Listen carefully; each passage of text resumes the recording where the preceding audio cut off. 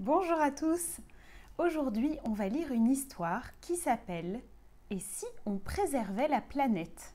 Toujours de la même collection, les albums Montessori, écrit par Lydie Barusso et illustré par Isabelle Monroe-Domaine. C'est parti.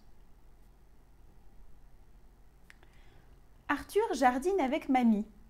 Il récolte les radis afin de libérer de la place pour les futures carottes. Mamie sait associer les plantes, ce qui permet de consommer moins d'eau et de ne pas utiliser d'engrais. C'est futé.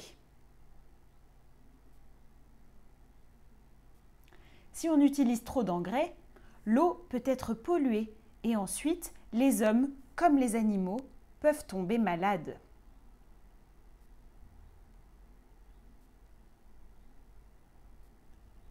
Malade, la planète? Disparu, les plantes et les insectes? Arthur se sent tout chamboulé. Mamie le rassure. Tu sais, il est encore temps d'agir. Chaque personne peut faire des petites actions qui, en s'ajoutant les unes aux autres, permettront de protéger notre environnement. C'est décidé. Arthur va tout faire pour prendre soin de la Terre et de ses habitants. Pour commencer, il va lister tout ce qui permet de ne pas gaspiller.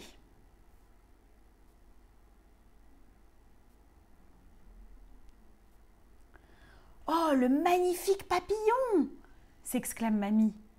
C'est un insecte pollinisateur qui devient rare, comme les abeilles. Tu vois ces petits insectes qui transportent le pollen de fleur en fleur? Sans ces échanges, les fleurs ne pourront plus se reproduire et donner de fruits. Et alors, les plantes finiront par disparaître. Quelle tristesse, cette planète qui va mal.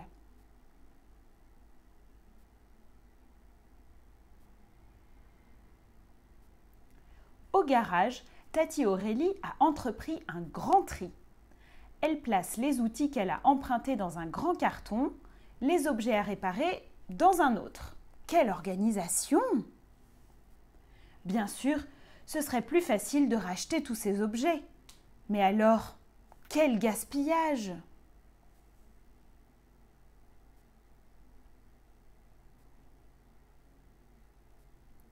Arthur trouve que c'est une excellente idée de ne pas racheter tout le temps de nouveaux objets, en réparant ceux qui sont cassés ou en se les prêtant, peut-être entre voisins. Il se dit qu'il devrait aller plus souvent à la ludothèque et à la bibliothèque pour prêter, échanger, emprunter des jouets ou des livres.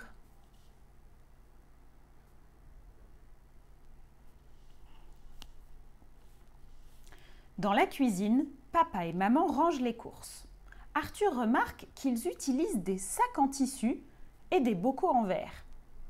C'est pour éviter de se servir de sacs en plastique qui mettent entre 100 et 400 ans pour se décomposer, explique papa. Arthur est stupéfait.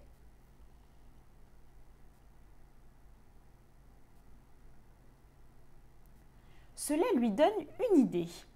Et s'il se mettait à faire du tri dans sa chambre? Arthur dépose dans une caisse les jouets dont il ne se sert plus pour les donner à une association. Dans une deuxième caisse, ceux qu'il va donner à Mila. Il y a écrit pour Mila. Et dans une troisième caisse, les livres qu'il veut garder. Ici.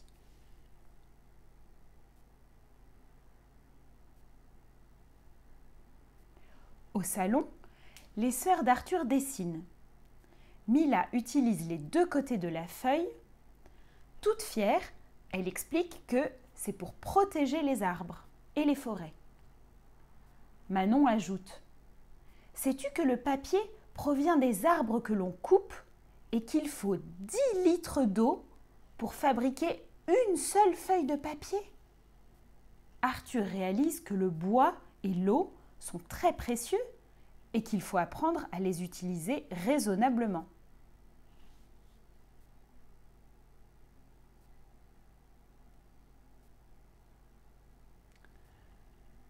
Alors, Arthur, que penses-tu de nos courses zéro déchet? C'est une très bonne idée. répond Arthur. Et ça donne envie de tout manger.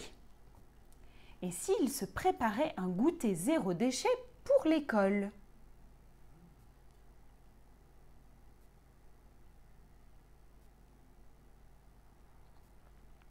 Arthur en est convaincu. À la maison ou à l'école, on peut éviter de nombreux gaspillages. Il suffit par exemple d'éteindre la lumière en quittant une pièce ou de fermer le robinet quand on a fini de se laver les mains. Sa grande sœur propose d'autres idées. Préférons la douche au bain ou encore choisissons des fruits et des légumes locaux et de saison. Vous voyez, pendant qu'on se lave les mains, on éteint le robinet, on éteint la lumière quand on quitte une pièce, on préfère la douche au bain et on prend des légumes et des fruits de saison. En plus, c'est bon. C'est une excellente idée! Utiliser tous ces matériaux pour fabriquer un nouveau jouet au lieu de les jeter, c'est malin! Et en plus, dit tonton, l'avantage, c'est que ce jouet fonctionnera sans pile et sera construit sans plastique. Deux matières très polluantes et difficiles à recycler.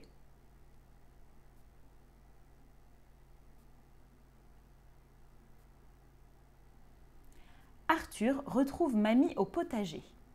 En repiquant les salades, elle a réveillé une famille de lombrics. Les lombrics, c'est des petits vers de terre qu'elle déplace avec beaucoup de précautions. Ils sont là, les lombrics. Je ne sais pas si vous voyez. Tu sais, ces petites bêtes du jardin sont utiles et précieuses. Si on les écrase trop souvent, c'est une espèce entière qui risque de disparaître.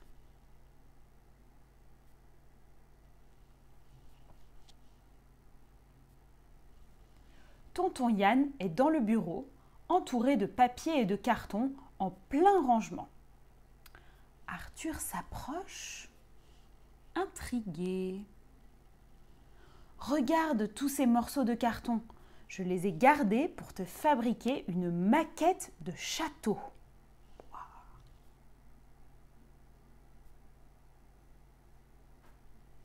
Arthur a décidément très envie d'agir pour protéger les abeilles et les papillons.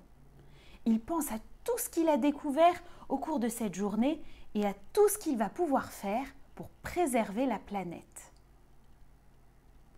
Soudain, il entend un petit bruissement délicat. Oh,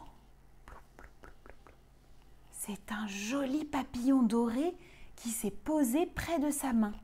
« Comme notre monde est beau !» s'exclame Arthur.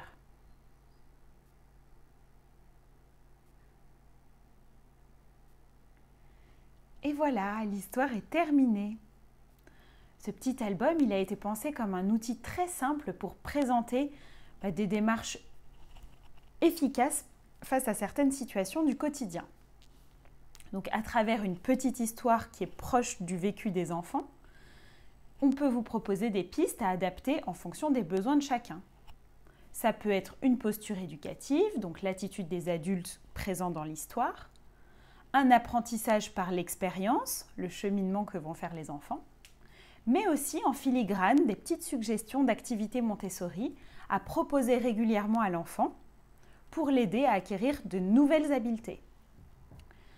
Ou alors, ça peut être des propositions pour adapter le lieu de vie de l'enfant, sa chambre, l'appartement, etc. Donc voilà quelques idées suggérées dans le livre pour initier les enfants à des pratiques éco-responsables.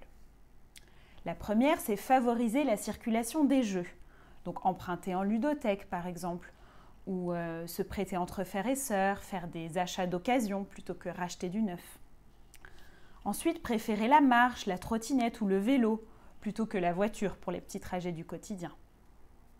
On peut aussi composer son goûter en zéro déchet, vous vous souvenez? Donc, à emporter avec des contenants réutilisables, des fruits locaux de saison, en petite quantité. Économiser le papier, donc limiter les fournitures à l'essentiel en favorisant évidemment la qualité plutôt que la quantité.